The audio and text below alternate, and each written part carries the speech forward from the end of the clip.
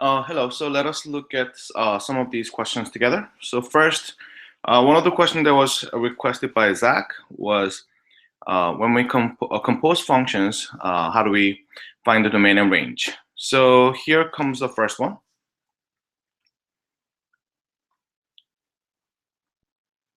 Okay, so this is what we have. As you can see, how do you find the domain and range? So since g of x is composed into the function f, now then let us try to find the domain for g, and then domain for range for g as well. So first of all, here we can see that domain for g is essentially any number can be plugged into here. So we get x is all real number. How about the range? Now you can visually see that the range has to be greater than or equal to 0, or you can visually graph this one as well in your mind. Another thing which we can do is all real number basically means x has to be greater than negative infinity, less than positive infinity. When you subtract 3, x minus 3 is still less than, and then it would be between negative infinity to positive infinity. But when you take the absolute value, the lowest value which it could be would have been equal to 0 and goes all the way up to positive infinity. Now, that's basically tells you that the y has to be, the range has to be greater than or equal to 0. That's what we get to realize in terms of the range of the function g. Once again, you don't have to do it this way, but or you could have just graphed it in your mind as well. That would have been perfectly fine. Now, how about the second one? But the range of g has to be satisfying the domain of f. Then what is the domain of f?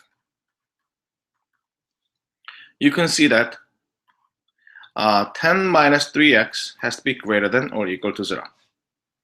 That means 10 has to be greater than or equal to 3x.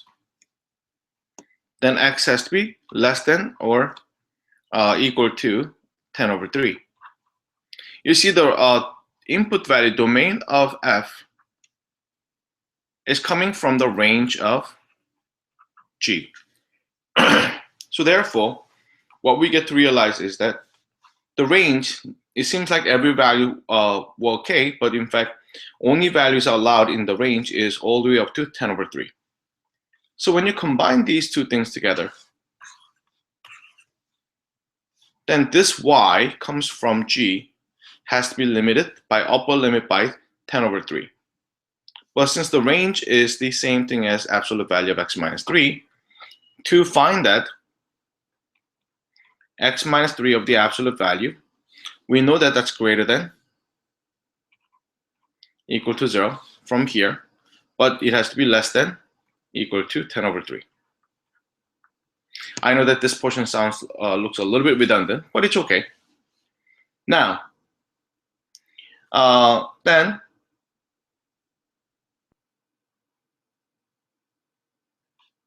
all right, so let's try to look at this one a little bit further here. Then in this case, x minus 3 has to be less than or equal to 10 over 3. What does that mean? That basically means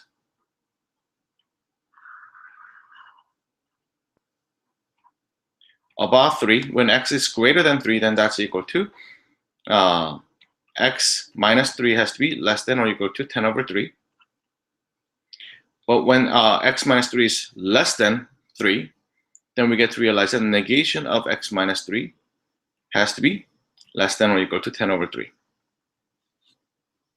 Then by adding 3, we get to realize that x has to be less than equal to 19 over 3. So if this one were to be 19 over 3, x has to be less than that. But I have to include that value as well. How about here? By multiplying by negative value, so we get x minus 3 has to be greater than or equal to negative 10 over 3. By adding 3, we get to realize that x must be greater than or equal to negative 1 over 3.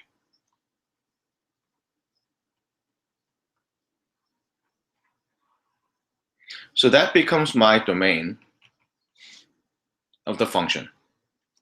So here I get domain of h now becomes negative 1/3 to 19/3. Then how about the range? In order for me to get the range, it would have been nice if I can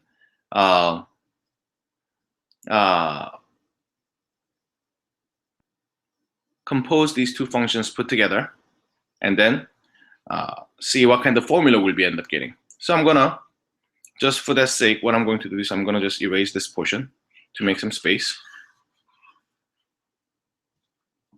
Since I know the domain,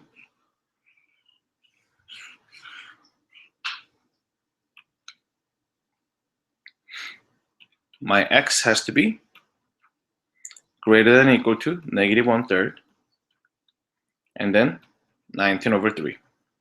And then to simulate the h of x, we know that h of x is ultimately equal to square root of 10 minus 3 times absolute value of x minus 3. So x has to be translated into this way somehow. So first we're going to subtract 3 from both sides. Then x minus 3 would have been less than 10 over 3, but greater than or equal to negative 10 over 3. By putting the absolute value is less than or equal to 10 over 3, but has to be greater than or equal to 0. By multiplying by negative 3 of the absolute value of x minus 3, we know that to be greater than or equal to negative 10, but less than or equal to 0. I multiply by negative 3 on all three sides. And I have to change the sign, of course. By adding 10 to both sides, then we get 10 is greater than or equal to 10 minus 3 times absolute value of x minus 3, which is greater than or equal to 0. Now I have to take the square root of it. And when I take the square root of all sides, since everything is positive, it wouldn't change the it wouldn't impact the inequality sign. So we'll end up getting square root of 10, which is greater than or equal to absolute value, square root of 10 minus 3 of absolute value of x minus 3, which is greater than or equal to 0. So we get to realize that the range of h would have been coming from 0 all the way up to square root of 10. That becomes our final answer. So that's how we can find domain and range. Somebody else, Hannah asked this question. One root of an equation is, in fact, this should be is 3 times the other. So, for example, if one of my root was r, the other root would have been 3r.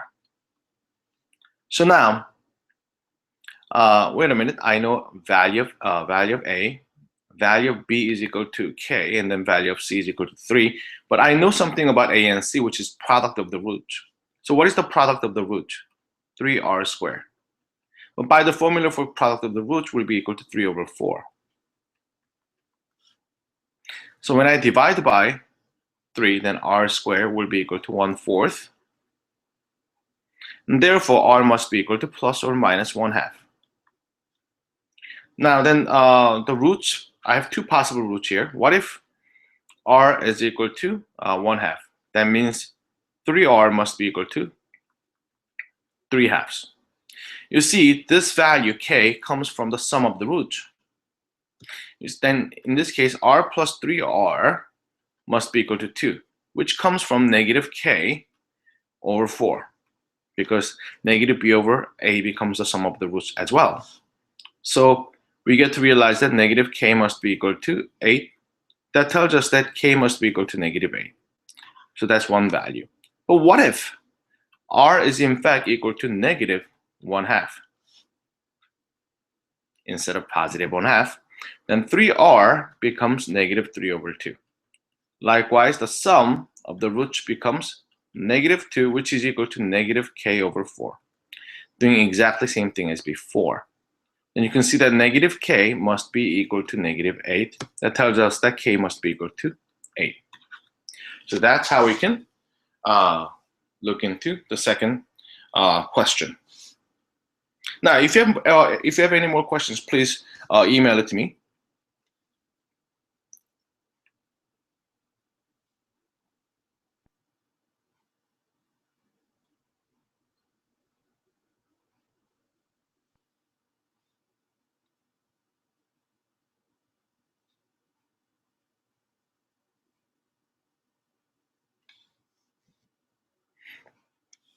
All right, so till I get the next set of questions that you want me to go over, what I'm going to do is I'm going to just select a couple of questions from the previous exams.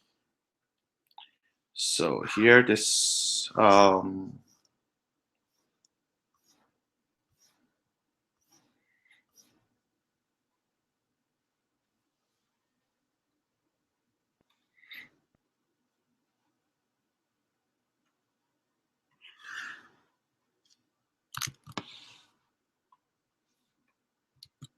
all right, this question is coming from exam number 22, number 1. So let's look at this one together. So first, what I want you to do is I want you to find the quotient and remainder when this one is divided by these two product. So first, what I'm going to do is this 1, and then fourth power is 1, third power is 0, second power is 0 as well, and -3, and then +2. So as you can see, 0, 1, 2, 3, 4. I have a fourth power and everything is set up. I'm going to first try to do it with this one. So that means I'm going to use 2 on the side to have the synthetic division. Then 1 comes down. 1 times 2 is equal to 2, 2, 4, 4, 8. And then I have 5, 10, and then 12. So 12 is my remainder when I divide by x minus 2. And how about the next one? What if I were to use 1 here because of the second one? I get 1 comes out, and then 1 times 1 is 1, and then 3, 3, 7, 7, and then I get 12. So my quotient is, as you can see, x squared, because this is constant x and x squared, plus 3x plus 7 becomes my quotient. How about my remainder? You see, this first one was my remainder because of x minus 2. So 12 over x minus 2. But when I divide by x minus 1, that goes into this automatically becomes my part of the remainder. While this 12 happened only because of the x minus 1, so 12 over x minus 1 is what I have as my remainder. But the thing is, what I'm ultimately dividing by is the x minus 2 as well. So I have to multiply top and bottom by x minus 2. Then what I can do is I can combine these two things together, because both of them are part of my remainders. So therefore, when I add them up, x minus 2, x minus 1, and then here we get 12x minus 24 plus 12 becomes 12x minus 12 over x minus 2, x plus 1. So my ultimate remainder becomes 12x minus 12. All right. Let me look at another question here.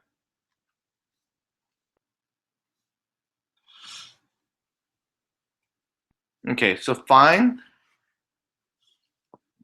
Okay.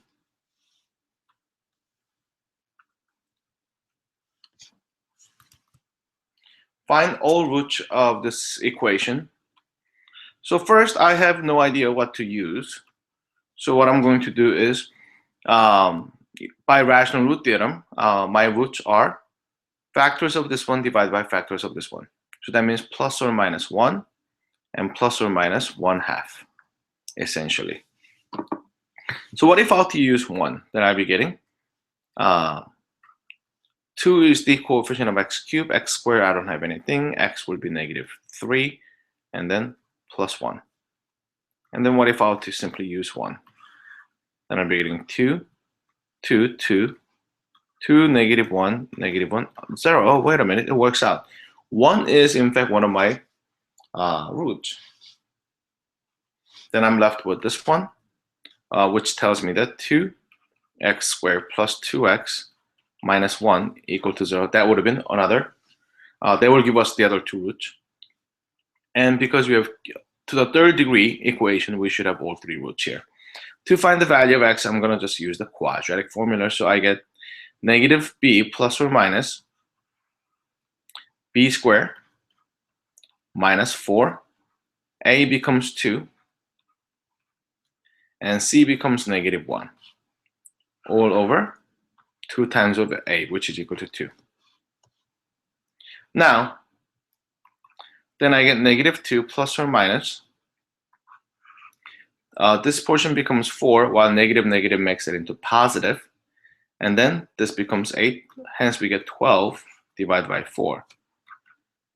If you want to factor out 2, then we get -2 plus or minus 2 square root of 3 over 4. So once you simplify them, we get -1 plus or minus radical 3 over 2 to be our final answer, along with 1. So then all roots are essentially -1 plus or minus radical 3 over 2, and 1 becomes our final answer.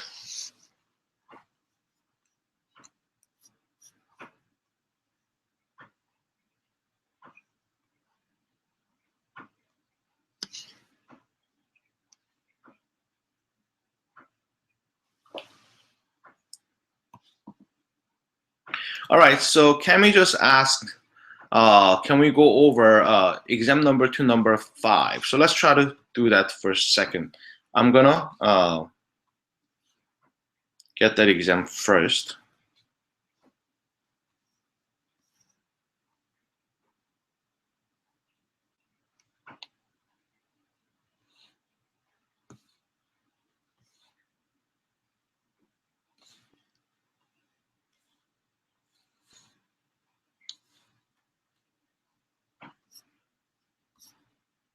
Number 5. Okay, so here it goes.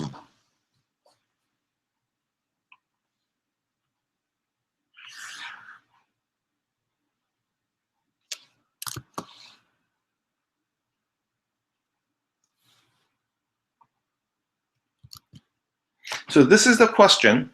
Let x squared plus px plus q equals 0. Now, have the a and b as the solution. Okay. And then find a quadratic equation whose solutions are 3a plus 1 and 3b plus 1. Okay. So then, first, we realize that a plus b, sum of the roots must be -b over a. That means -p must be our sum. How about product? A times b is equal to c over a, which basically means q. So now, that's what we have so far. That's the given, essentially. Then knowing 3a plus 1 and 3b plus 1, how are we going to combine those things together? So what is the sum of the roots? Sum of the roots for our new equation becomes, given this one, 3a plus 1 plus 3b plus 1, which becomes 3 can be factored out from here between these two, 3a and 3b, and a plus b, and then plus 2. But here we get to realize that a plus b is equal to -p, so we get 3 times -p plus 2 becomes our sum. In other words, -3p plus 2 becomes our sum. And we will be using this one to find a new equation, new quadratic equation. How about the product? Product is equal to 3a plus 1 times 3b plus 1. Then first term multiplies together, so we get 9ab. And then plus 3a plus 3b plus 1. That's what we end up getting. So that means 9 times ab plus 3 times a plus b plus 1. So now our a times b is equal to q, so 9 times q plus 3 times a plus b is equal to negative p plus 1. So we got the product, we got the sum here. Then our equation must be x squared. And then since the sum is negative b, then this must be the negative b. Then b must be opposite in signs, 3p minus 2x. And product is simply as it is. So I'm just going to rewrite down the whole thing. We get plus 9q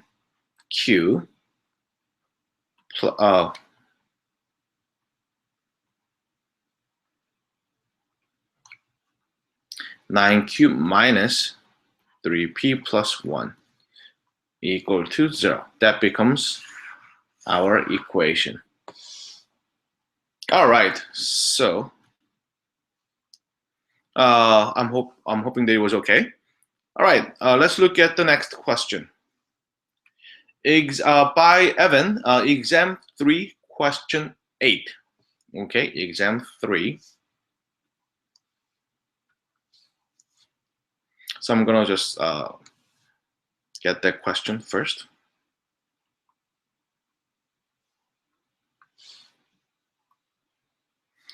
Exam 3.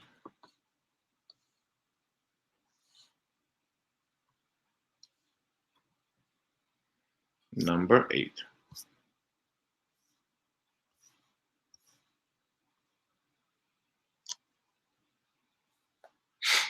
All right, so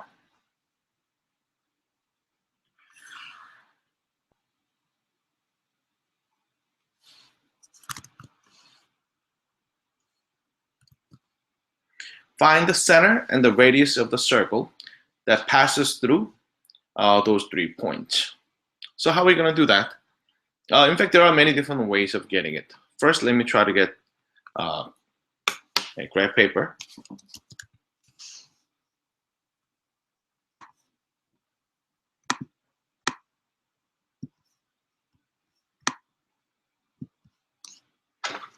Alrighty, so a is, let me just call a as a negative 3, comma, negative 3. Or negative 3, comma 3, which is a. And b is negative 2, comma, negative 4. And then c is 1, comma 5.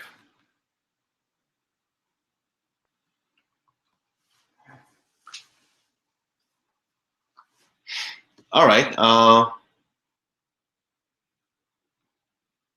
right. Then, how are we going to find the center? The fact that these 3 points are on the circle, there must be a point somewhere around here. Excuse me. There must be a point somewhere around here where all of them has an equidistance to. We could have definitely gotten it that way.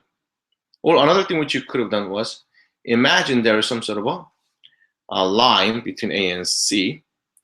Then by perpendicular bisector, one more right over here.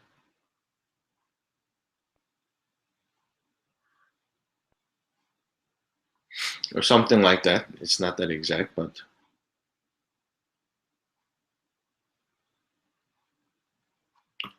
so there must be a point where they will be intersecting altogether, somewhere around here.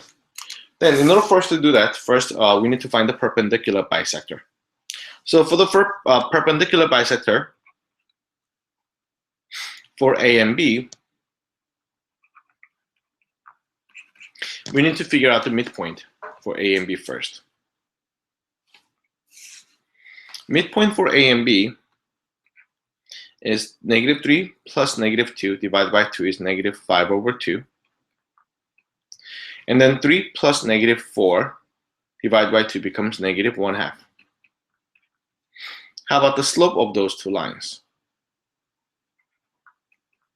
Slope is 3 minus -4 becomes 7. And -3 minus -2 becomes -1. So we get -7 as a slope. Then slope of the perpendicular line must be positive 1/7. So using these pieces of information, we know that y plus 1/2 equals 1/7.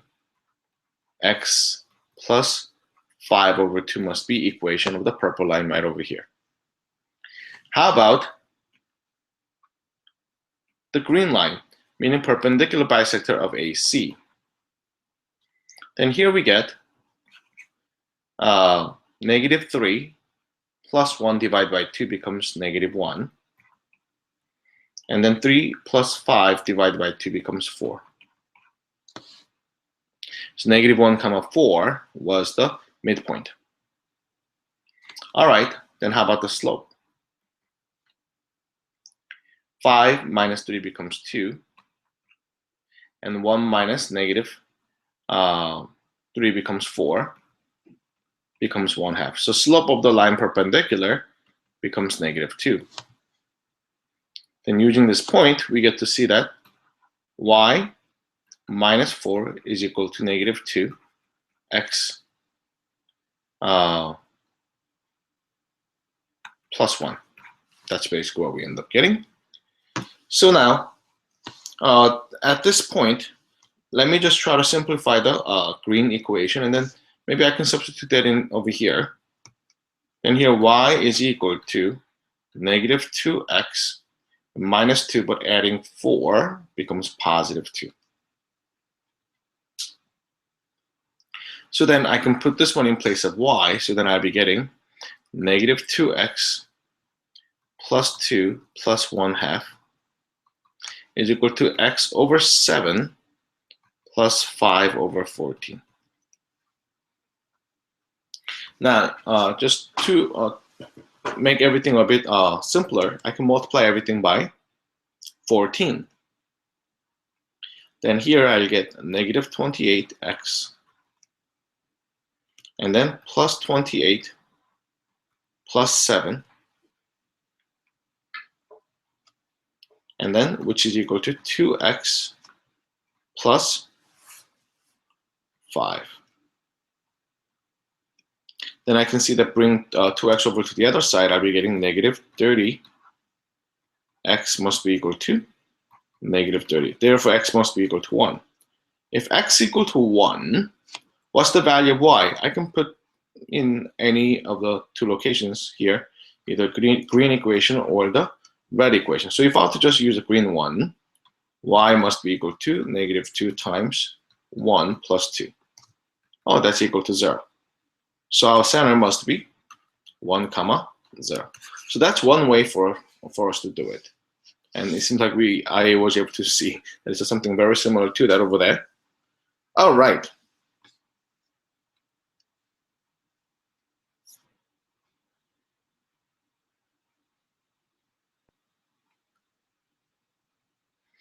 Okay, so I'm just looking if anybody else has any other questions.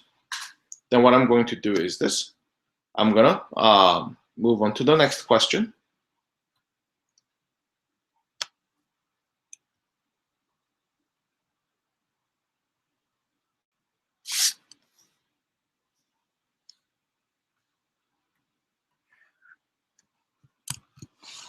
Alrighty, so here, find the solution or solutions for given inequalities. For the first one, it's rather simple. X minus 4 is less than or equal to 2. What if I were to use just geometric definition here? That means from 4 on a number line, my center is 4 from 4. My distance has to be less than 2. So if I were to go 2 units up, it would have been 6, but including 6. 2 units down, then it would have been 2, and including 2. And distance has to be less than that, so that becomes my solution for part A. How about part B? Part B is a little bit different. So due to absolute value of x, what if x is positive? Then we get x is less than x plus 1. By subtracting x, we get 0 is less than 1, which is true for all cases. So everything is true here. How about when x is less than 0? Then we get negative x is less than x plus 1. So by subtracting x, we get negative 2x, which is less than 1. And then x must be greater than negative 1/2 by dividing it by negative 2. So if this point is negative 1/2, I have an open circle, and I have to go all the way. So that becomes our answer, part B. All right, so let me try to go for the next question, number 4. So once again, if you have any other questions that you want me to go over, please let me know.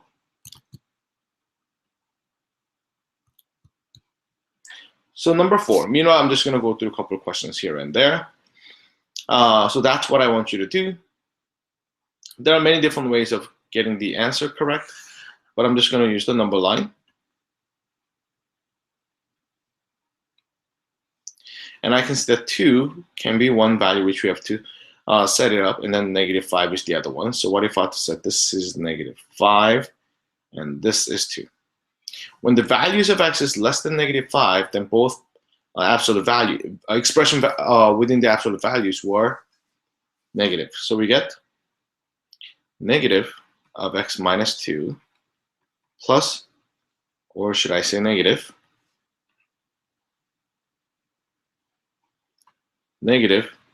x plus 5 is equal to 7. So here we get negative x, and then plus 2 minus x minus 5 is equal to 7. Then we get negative 2x must be equal to 10. Then x must be equal to negative 5. So that becomes our answer. How about in between? So when the values of x is greater than negative 5, then this portion is positive, and less than 2, then this is still negative. So that means we get negative of x minus 2 and plus x plus 5. Then here we get negative x plus 2 plus x plus 5 equals 7. Then x's cancels out, then we get 7 equals 7. Of course, that's true at all times. So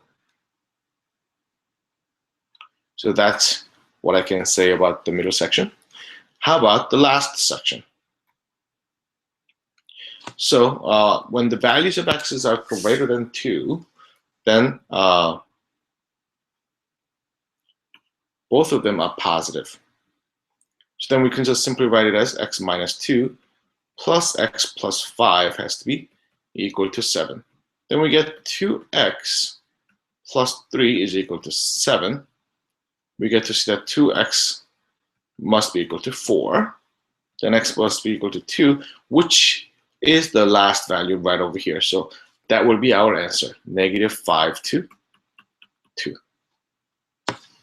All right, so I have a couple requests that came out. Exam number 22, number 8. Let's go for that first.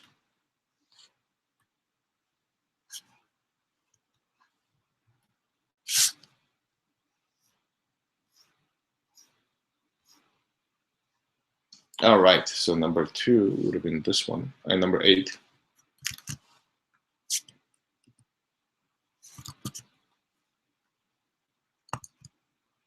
This is number 8. Thank you, Cami, for asking this question.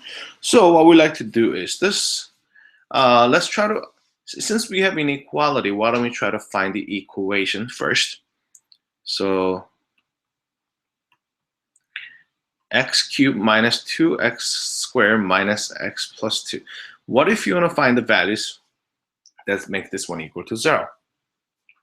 Oh, you can see that x squared is common factor, so here we get x squared, so x minus 2.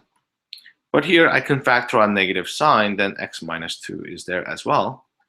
So x minus 2 is common factor. Then I get x squared minus 1. And then when I factor out x squared minus 1, we get x minus 2 times x plus 1 and x minus 1 equal to 0.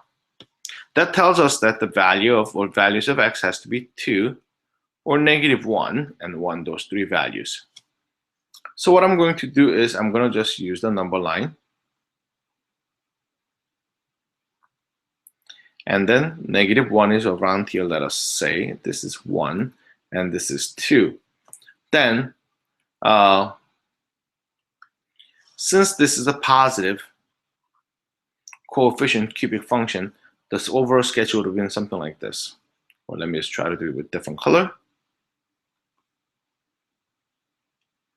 Now, going up that way, going down that way. All right, so first, it would have been coming up, going down, and coming back up.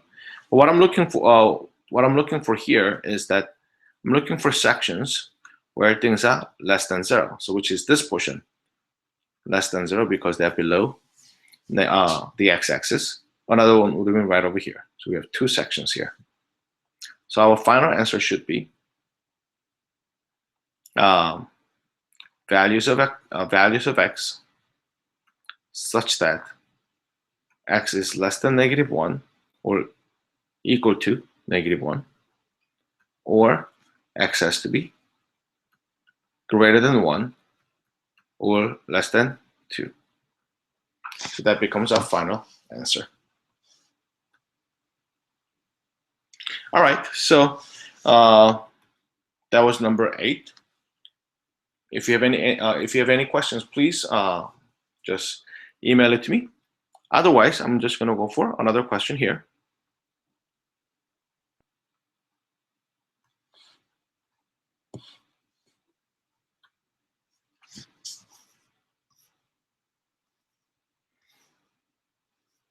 Number 9, from the same exam, maybe I'll try to get that one as well.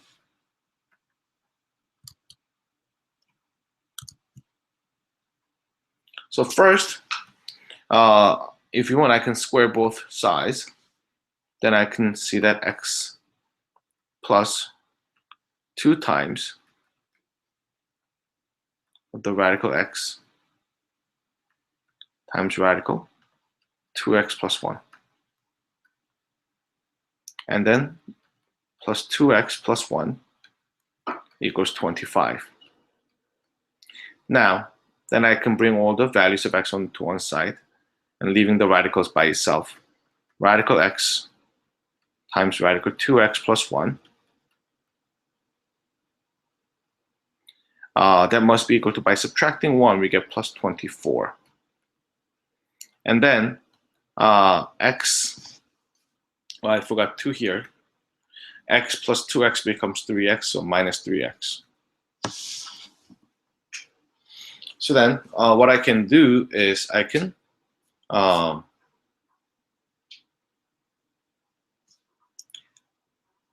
square both sides one more time.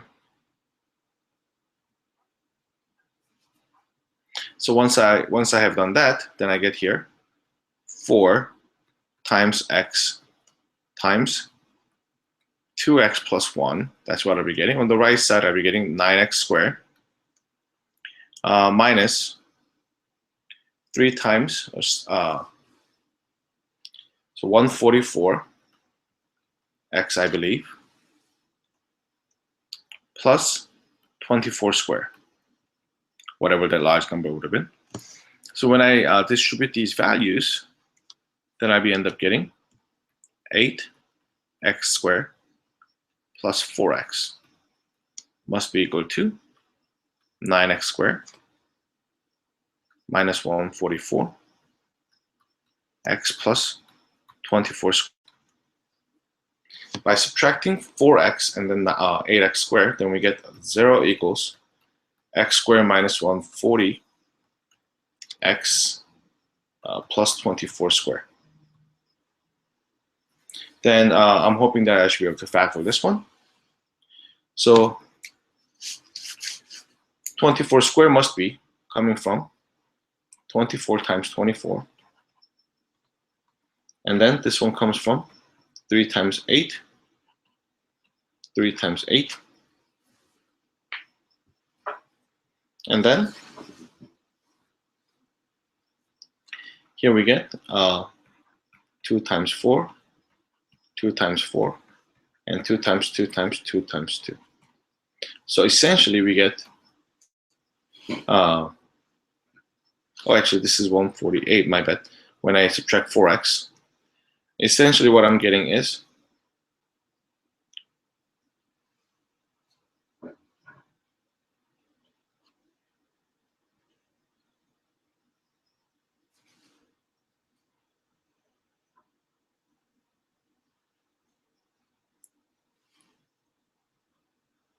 two to the 6th power times 3 squared. That's what I'm getting. Now, then one way which we can do this, 144 used to be 72, and then so maybe what we can have is 3 squared times 2 to the 4th power, and then that's one number times 2 squared, meaning this is equal to 4, and that's equal to 144. So if I have to factor this one more time, I'll be getting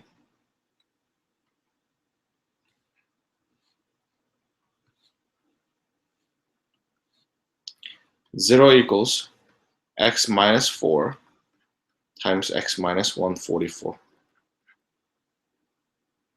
Then x must be equal to 4 or 144. When I plug in 4, this becomes 2, this becomes 3, so end up getting 5, so 4 is okay. How about 144? When I plug in here,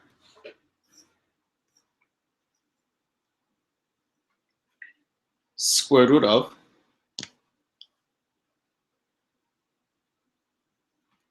144 plus square root of 2 times of 144 plus 1. That's equal to 12, and this becomes 288, 289 plus 17. Is that equal to 5? No. So therefore 144 has to be canceled. So 4 was the only correct answer. All right, so how about this one? Exam 1, question 4. Let's try to go for that one.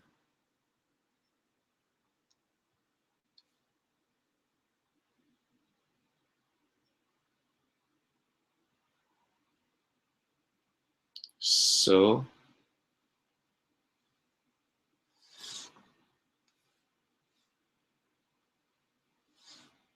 exam 4,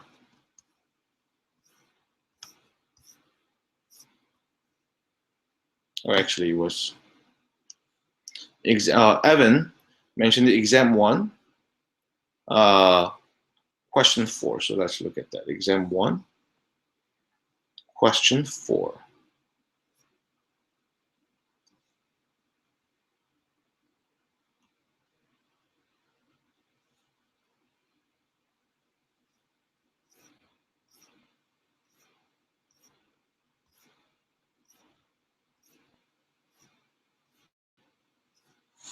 Okay, I believe it is in part B. So give me 1 second till I find it. Okay.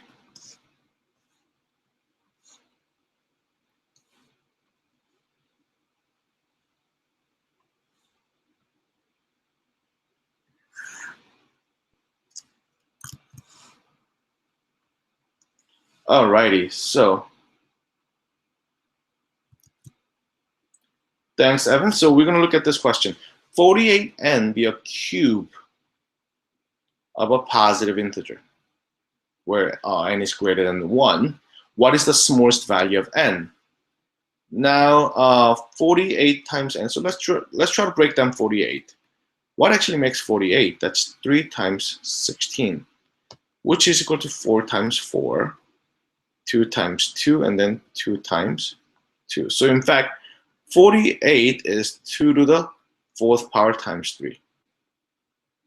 Now, that means 2 to the 4th power times 3 times n has to be a cube of an integer. That means exponent has to be multiples of 3. So I can rewrite this one as 2 to the 3 power. That's already multiple of 3 times 2 times 3 times n. Now what this one does is that I realized that 2 and 3 needed to have exponent of 3, while they only have exponent of 1 each. That comes from n. So that means n must be 2 squared times 3 squared to compensate for 2 to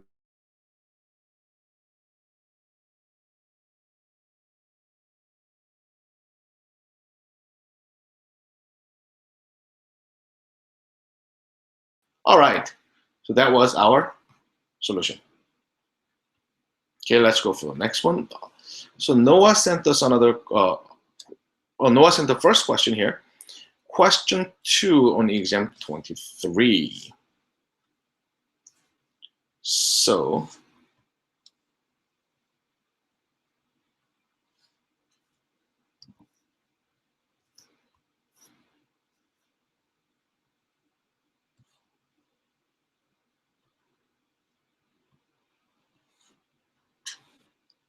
all right, so I'm getting that question. Let me see. We'll do question 2.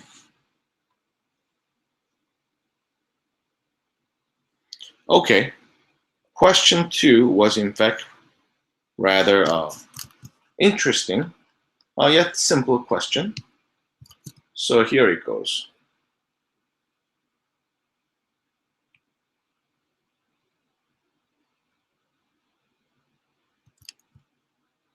So we have a function, and then we realize that original and its inverse are equal to each other. How could it be? That means inverse and then original is, then they have to be symmetrical about y equals x. How can something to be symmetrical about y equals x? One option is y equals x. That's it. But another thing is this. If I have to give you a little sketch here.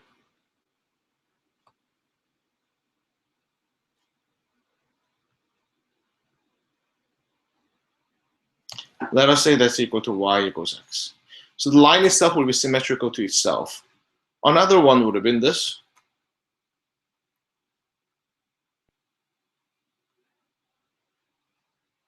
How about this line that's perpendicular? Meaning y equals negative x. But the funny thing about this one is that not only this line, but this line, this is symmetrical about the y equals x. How about here? How about here?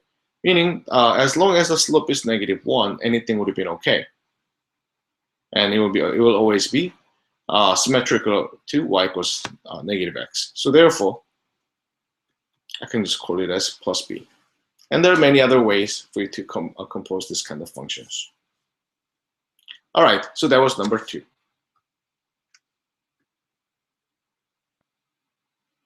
All right. Angela asked us to go through exam 22, number 6 and 7. So we'll try to do that right now.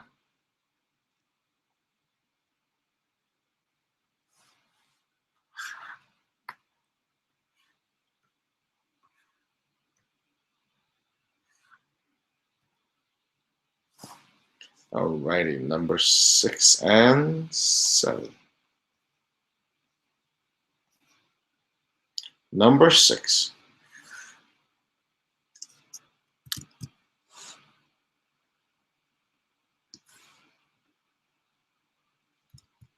So here, I have given you the number line, but I want you to use the absolute value equation or absolute value inequality to do it. How can you have one inequality that describes this portion? One thing that we get to realize that the upper end is 12 and lower end is negative 1, 2, 3, 4. Negative 4. So I'm looking at anything that goes from negative 4 to 12. Then what I can do is I can find the mid ground, which is 4. 4 can be my center, and then distance from 4 to 12 was equal to 8. 4 to negative 4 was equal to 8 as well. That means distance from 4 has to be less than 8. But since endpoints are included, it has to be less than or equal to. That's one way for us to write down the answer. Second way is this. Wherever I am along that blue line, the distance to two endpoints are always equal, which is equal to 16. So what I can do was x plus 4 absolute value, meaning distance from negative 4, plus x minus 12, which is distance from 12, will always be equal to 16. That could have been another way for me to describe this inequality. All right, let's look at number 7.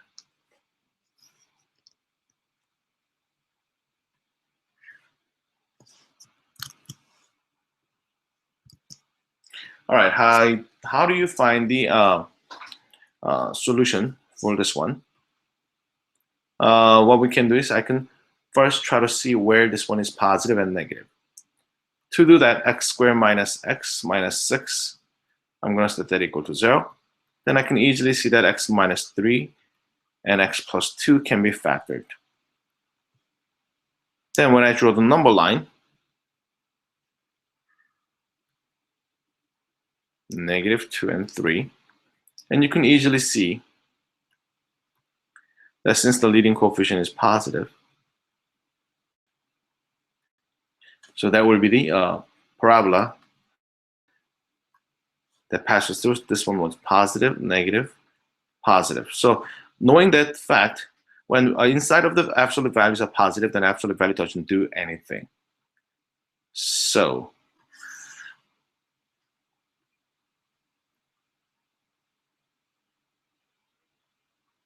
negative 2 and 3. Then on the left side, I simply have x squared minus x minus 6 is less than or equal to 6. But the exactly same thing applies to one on the right as well, because they are inside of the absolute values has still positive over there. So now let's try to calculate this one by adding or subtracting 6 from both sides. X squared minus x minus 12 has to be less than or equal to 0. Now, by factoring, x minus 4, x plus 3 is less than or equal to 0. Then, here I can see that just for this inequality, negative 3 and then 4 are the boundaries.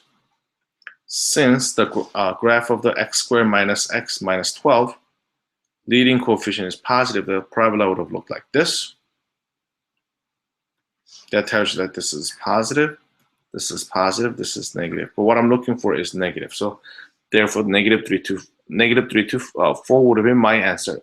But if this one was to be negative 3, I can only go up to negative 2 because this given inequality was not valid in the middle. But since I'm including that value, I'm going to put a closed circle right over here. Same thing, from 4, I could have come down, but I have to stop at 3 because the given inequality was only valid on the two ends. How about in the middle then?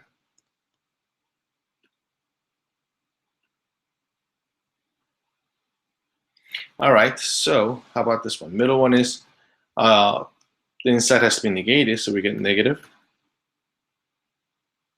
x squared minus x minus 6 has to be less than or equal to 6. So x squared plus x plus 6 is less than or equal to 6. By subtracting 6 from both sides, we get x squared plus x has to be less than or equal to 0. Then when I factor out x, that's what's left. And in fact, in this case,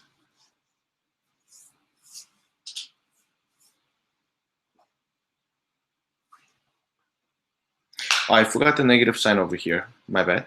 This one has to be negative sign, then this one is negative sign as well. So then here we get x value has to be 0 or 1.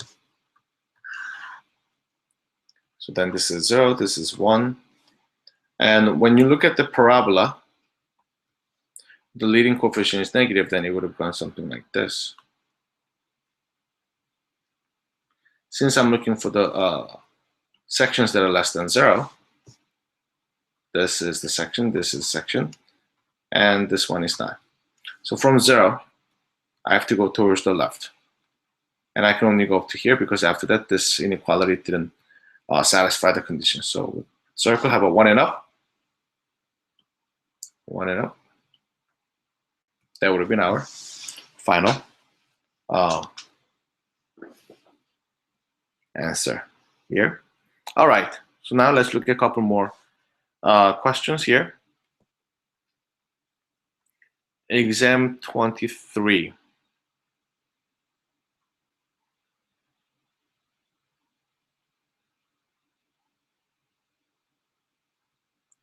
Exam 23, 6A. Okay.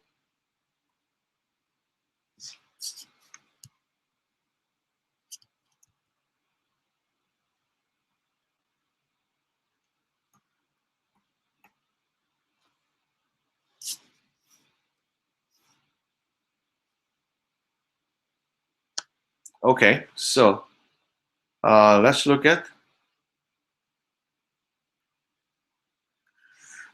number 6.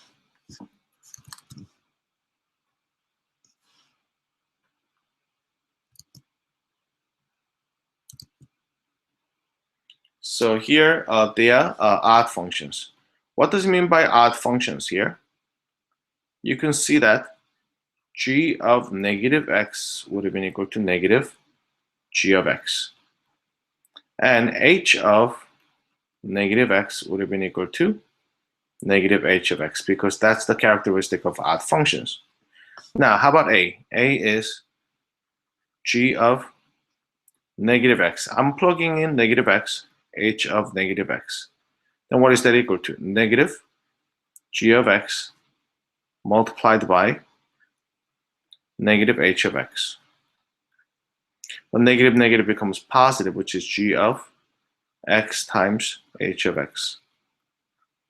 And we get to realize that this is identical to the original, so therefore this must be even function.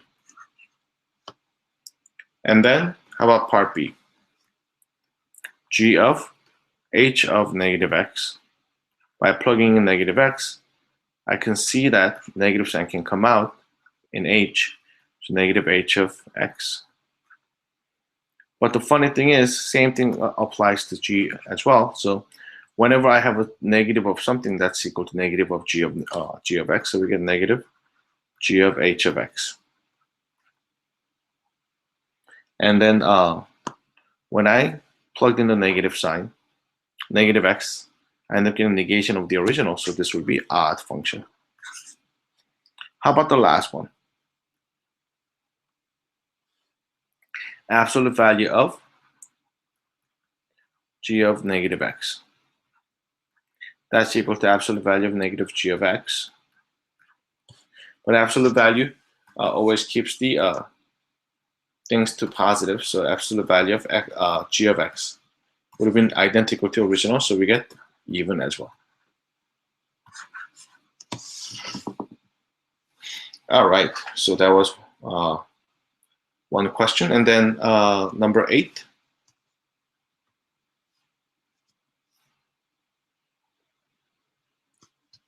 Okay, so I think I guess I have to stop at number 8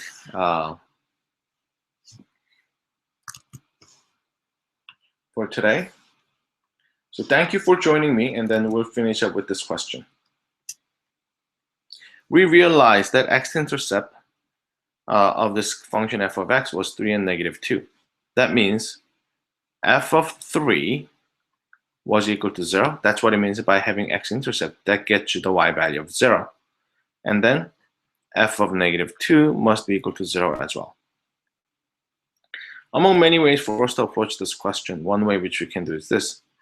How about this one, in this function? That means f of x minus 2. X minus 2 can be either 3 or negative 2.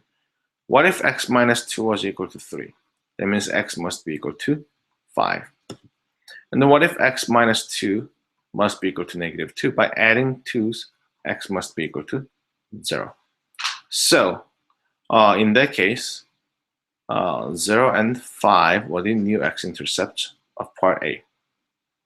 Part B, similar to part A, but except that we have f of 2x. So f of 2x has to be equal to 0. That means 2x can be equal to 3. Then x must be equal to 3 over 2. How about 2x is equal to negative 2? Because it can equal to this one as well. Then x must be equal to negative 1. So x-intercepts are 3 over 2 and then negative 1. All right, thank you for joining me today, and then we'll stop here and have a good night. If those of you who has exams tomorrow, good luck. And if you forgot, if you want to somehow look at this video one more time, then it will be on our website. And I'll see you later. Bye-bye.